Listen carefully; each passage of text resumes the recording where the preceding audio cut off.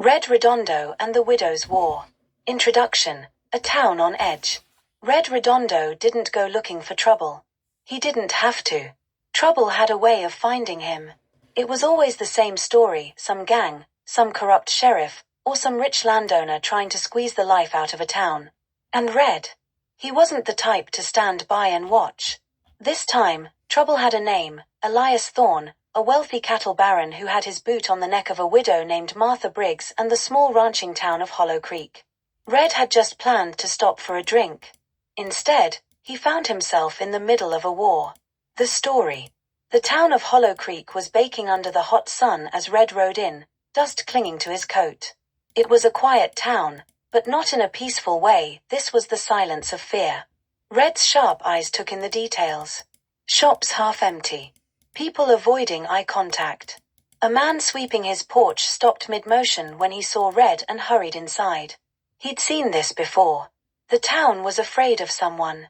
He guided his horse toward the only saloon in town, dismounted, and stepped inside. The air was thick with cigar smoke and the bitter scent of stale beer. A few men sat at tables, drinking in silence. At the bar, a woman, tall, in her 50s, with gray-streaked black hair, was wiping down the counter.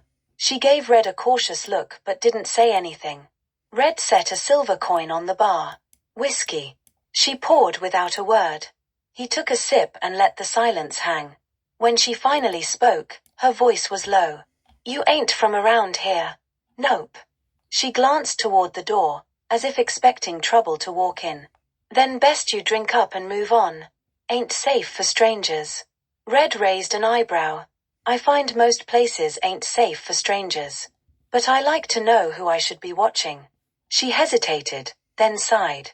"Name's Martha Briggs. I run this place, but it don't mean much. Everything in this town belongs to Elias Thorne. He owns the cattle, the land, the law, even the damn bank."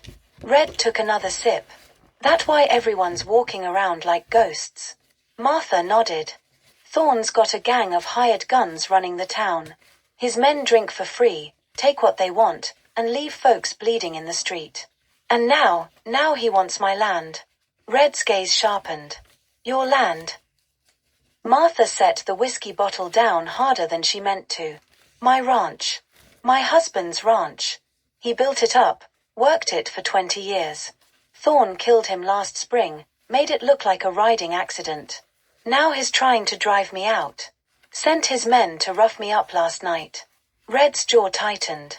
He didn't have much patience for men like Elias Thorne. He tipped his hat. "I ain't a lawman, but I hate bullies." She studied him. "You any good with that gun, mister?" Red smirked. "Best there is." Martha gave him a long look, then nodded. "I hope so. Because Thorne's men are coming back tonight. The night of reckoning."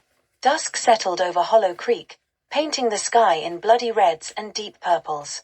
Red stood outside the saloon, rolling a cigarette as he watched the horizon. Then he saw them.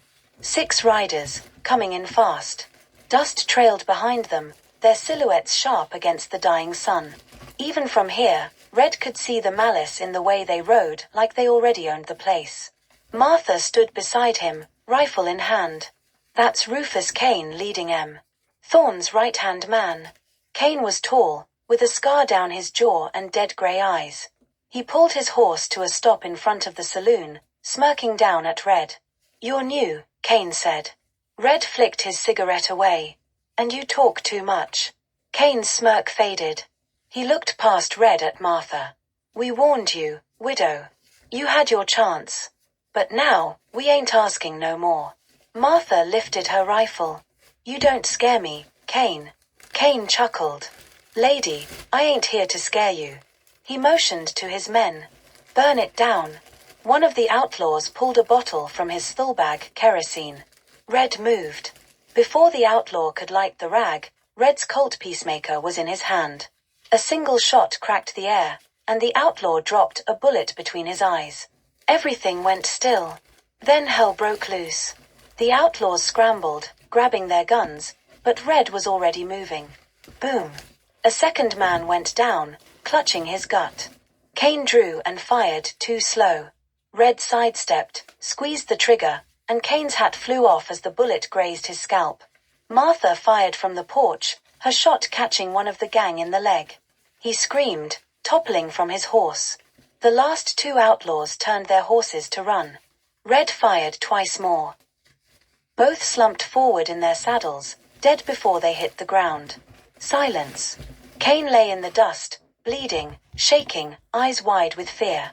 Red walked over, reloading his gun. "You tell Thorn," Red said, "if he wants Martha's ranch, he can come for it himself." Then he kicked Kane's gun away, turned his back, and walked inside. The final showdown. The next morning, Elias Thorn rode into Hollow Creek. He came with 10 men, all armed, ready for war. Red waited at the ranch, rifle in hand. Martha was beside him, eyes hard with determination. Thorn pulled up, sneering. "You think you can stand against me?" Red cocked his rifle. "Let's find out." The battle was short. Red moved faster than any man had a right to. The first outlaw never got a shot off before a bullet shattered his skull. The second fell next, clutching his throat. Martha fired, catching a third in the chest. Thorn, seeing his men dropping like flies, turned to flee. Red took careful aim. Crack. Thorn tumbled from his horse, gasping, a bullet lodged in his spine.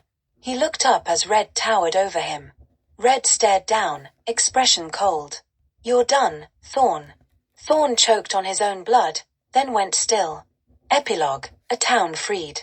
Hollow Creek belonged to its people again. Martha kept her land.